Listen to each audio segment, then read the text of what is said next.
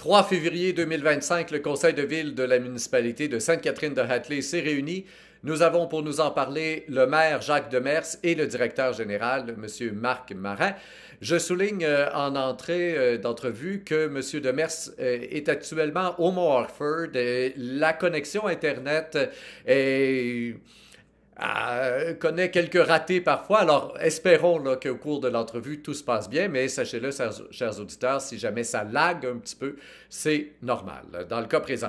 Il n'y avait pas une grande réunion au mois de février, il n'y avait pas énormément de points, et j'en profite donc en entrée, avant de parler de ce qui s'est passé au mois de février, pour faire quelques suivis sur des thèmes qu'on a abordés au cours des 12 derniers mois. Entre autres, le mois dernier, au mois de janvier, et il y a eu ce projet évoqué d'une patinoire réfrigérée à Sainte-Catherine-de-Hatley. Et j'ai vu que ça a fait réagir sur ma propre page au microphone, sur YouTube, sur Facebook. On a eu des réactions. Monsieur Demers aussi a eu même d'autres entrevues, des journalistes qui se posaient la question, où est-ce que ça en est, où est-ce que ça s'en va. Alors, Monsieur Demers et Monsieur Marin, de votre côté, est-ce que vous avez eu aussi des échos des citoyens suite à l'entrevue? De mon côté, oui, quelques citoyens m'en ont parlé, puis évidemment, de refaire une entrevue à une radio régionale sur le dossier, je trouvais ça quand même intéressant. Mais pour répéter les mêmes choses qu'on avait dit en votre présence, c'est-à-dire, on veut l'analyser, puis après l'hiver qu'on vit présentement, ben évidemment, on va l'analyser encore quelques années parce que si on se met à avoir des hivers comme qu'on vit cette année, c'est extraordinaire, la patinoire est belle, c'est le moment de l'utiliser. On n'a pas besoin de faire réfrigérer. Mais ce qu'on avait vécu dans les 4, 5 dernières années, c'était complètement autre chose. Ça fait que je pense qu'il faut cumuler des données, mais c'est pas mis dans le haut de la liste, évidemment, pour l'instant. Dans le suivi des conseils de ville des derniers mois, comme je le disais en ouverture, si on remonte au mois de mai 2024, on avait parlé de la possibilité d'un musée dans l'église. Il y a des gens qui étaient intéressés à ça, puis on visait même quelque chose d'assez gros, consistant, là, comme musée. Est-ce que vous avez eu des échos de ça, même si ça ne concerne pas directement le conseil de ville? Est-ce que vous savez où en est rendu ce projet-là? Qu'est-ce qu'on compte faire avec l'église aujourd'hui? Ben, du côté administratif, on a eu une C'est M. rencontre avec le représentant du propriétaire, qui est son frère, et on l'a mis au courant un peu de la réglementation, on nous a mis au courant qu'est-ce qu'il voulait faire. Puis on lui a dit qu'on était ouvert, mais depuis ce temps-là, on n'a pas eu d'autres choses. Il sait qu'on doit faire une petite modification de zonage, mais c'est très minime, là. C'est qu'un musée privé n'est pas autorisé, mais un musée public l'est. Donc on n'avait jamais prévu ça dans notre réglementation. Donc c'est des choses il est au courant. Mais je pense que c'est sous son cours. Les bâtiments sont entretenus. Pour l'instant, là, on n'a pas d'autres développements. Mais le propriétaire, lui, se trouve à l'extérieur du pays, donc il y a déjà des activités à l'extérieur, mais c'était de son but de s'en venir ici et de commencer avant de préparer son musée, là. Très bien. Donc, dossier à suivre encore une fois Oui. éventuellement dans quelques mois. Au mois d'octobre 2024, on avait parlé de deux litiges qui s'en allaient en cour supérieure pour la municipalité. Et là, il fallait engager une firme d'avocats externe parce que la firme municipale habituelle était en conflit d'intérêts. Où est-ce qu'on en est rendu? Est-ce qu'il y a déjà eu des comparutions ou si c'est même trop vite pour faire un suivi là-dessus? Alors, c'est comme tout dossier à la Cour supérieure, ça prend plus que des mois, des fois des années. Donc, on est en cours en préparation de chaque côté du dossier. Et donc, ça suit son cours, les deux, là, normalement, là. Il n'y a pas il y a rien qui accroche pour l'instant. Et dernier suivi dans ce qui s'est passé dans les derniers mois, au mois de décembre 2024, on avait mandaté les ingénieurs de la FQM, donc la Fédération québécoise des municipalités, pour ces projets-là de garage, de caserne, un ou l'autre, un et l'autre. Est-ce que ça a commencé à bouger un peu? Oui, hier, j'avais justement une architecte qui était ici. Elle devait visualiser un peu le terrain, les bâtiments existants.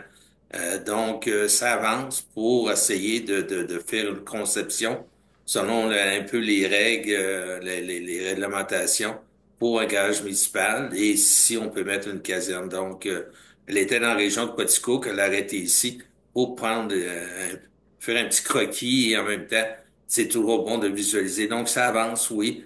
On doit encore se rassurer avec le conseil pour voir, cerner un peu plus le besoin plus précis pour avancer dans ce dossier-là, mais ça avance très bien, là. C'est un plan de conception, autrement dit. Donc, on n'est pas à l'étape de faire les plans de vie. Donc, il faut savoir qu'est-ce qu'on veut. Et ça nous permet, avec des professionnels, de nous orienter dépendamment des contraintes qui vont nous sortir avec le bâtiment existant et le terrain. Dossier à suivre, donc, encore une fois, intéressant. Merci, M. Marin, pour ce suivi-là. On en arrive maintenant au suivi du Conseil de ville du mois de février comme tel. Je commence un peu vers la fin de l'ordre du jour. Il y a le 125e anniversaire de Sainte-Catherine de Hatley qui s'en vient. C'est en 2026. Et le comité culture se prépare à ça. Déjà l'année dernière, on était allé chercher de l'argent pour moderniser un peu, pour revamper, en fait, pourrait-on dire plutôt, certaines installations qui étaient déjà là. Et le projet suit son cours. Monsieur Demers, je me tourne vers vous. On veut encore aller chercher de l'argent du côté de la MRC et pouvoir là, revamper, comme je le disais, les panneaux qui sont déjà là et même en créer des nouveaux, des panneaux historiques, là. Exactement. Ces panneaux-là sont quand même dispendieux. On parle encore d'un investissement de tout près de 22 000. Le but du comité de la culture, c'est d'aller chercher au moins 50 à l'extérieur et peut-être même un autre 25 qui pourrait venir de commandite. La municipalité s'est engagée présentement pour un montant de 5 500. On verra après ça avec les commandites, est-ce que c'est possible? Ce qu'on veut, c'est de rendre ça le plus fonctionnel, puis pour arriver en 2026 au 125e avec quelque chose dont tout le monde devrait être fier, c'est-à-dire être capable d'expliquer aussi notre histoire sur l'ensemble du territoire. Un aspect intéressant qu'on cherche à ajouter dans la modernisation des panneaux, c'est le côté balado. Ça, effectivement, ça peut être très chouette avec les téléphones aujourd'hui. Tout le monde a son téléphone, on se promène un peu partout. On pourrait donc avoir aussi un audio, en audio, l'histoire de la municipalité. Est-ce que ça fait partie là, du 22 000 dont il est question? Est-ce que c'est pour chacun des panneaux ou ça concerne plus les nouveaux panneaux qui seraient faits?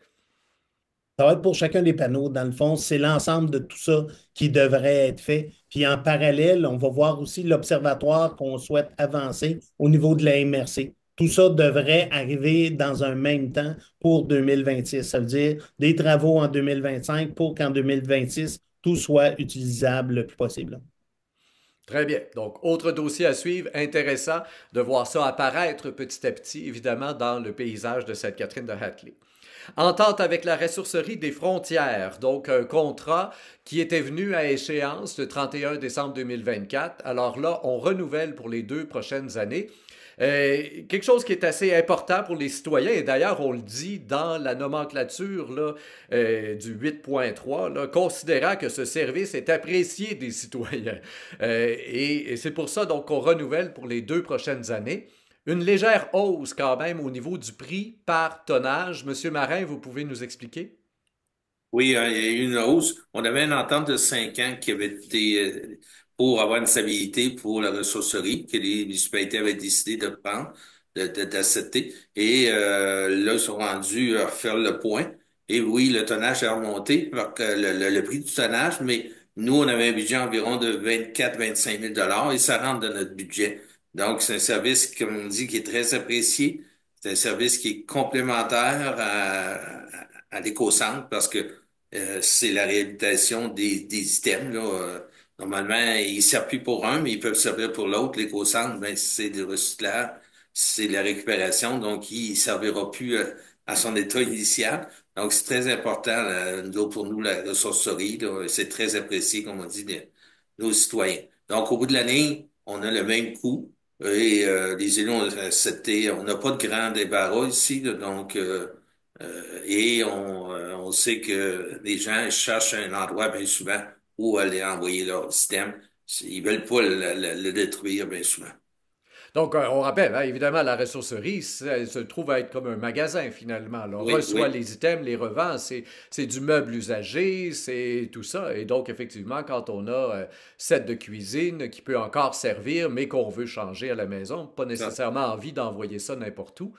À l'éco-centre ou dans le fossé.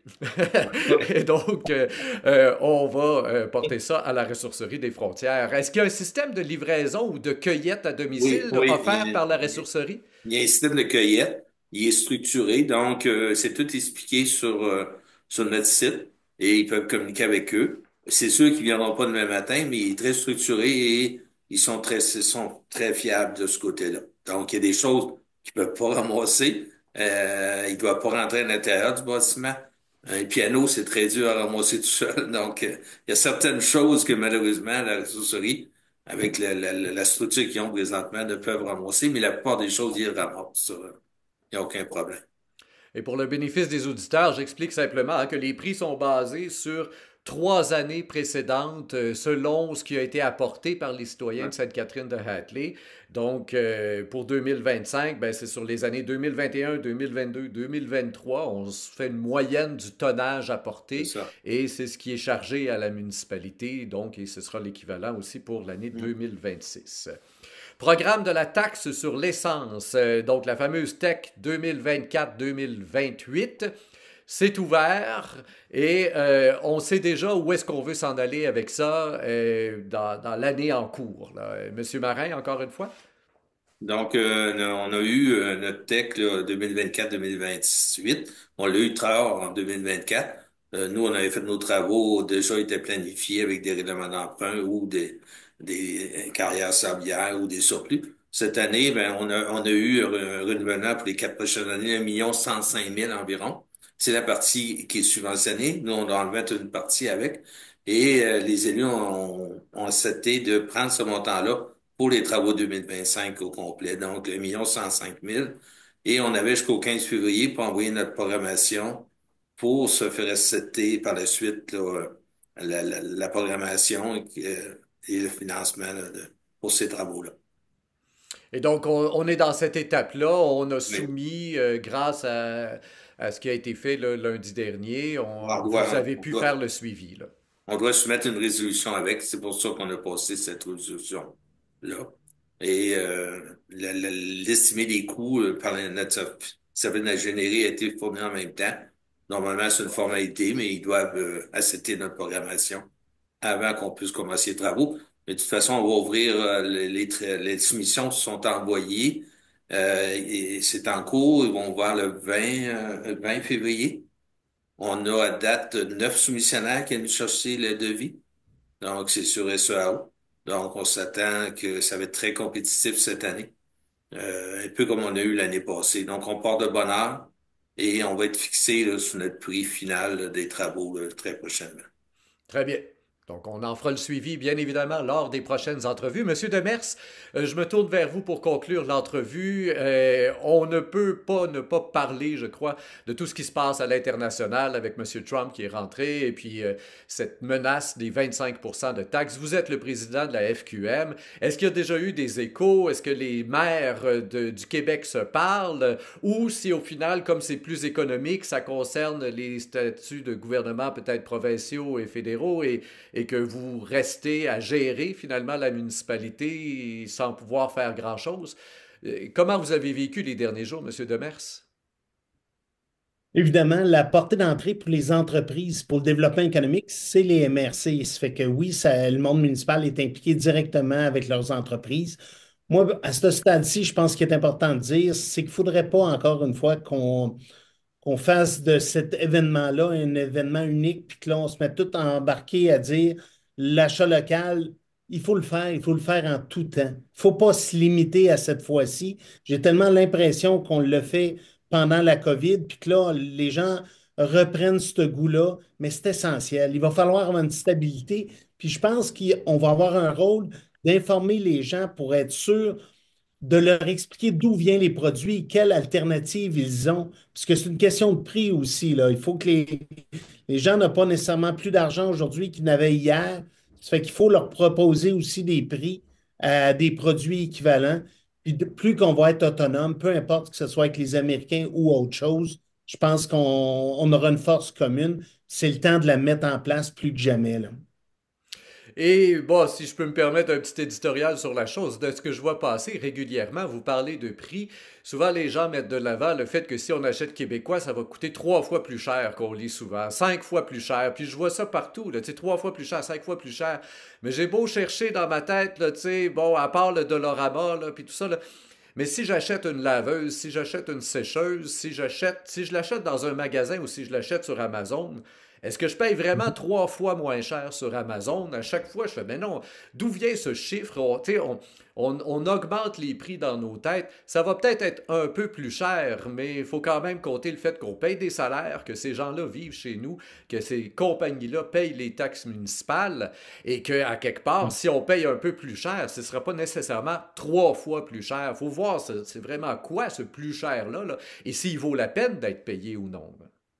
Oui, puis oublions pas ce qu'on parlait tantôt. On parlait de la ressourcerie. On a parlé de l'endroit où on va envoyer nos choses, mais il faut aller les voir pour en acheter aussi. Ils veulent visiter le magasin qui est situé à Magog, aux Galeries Offord, ou directement à la ressourcerie, qui est un magasin du côté de Quaticook aussi.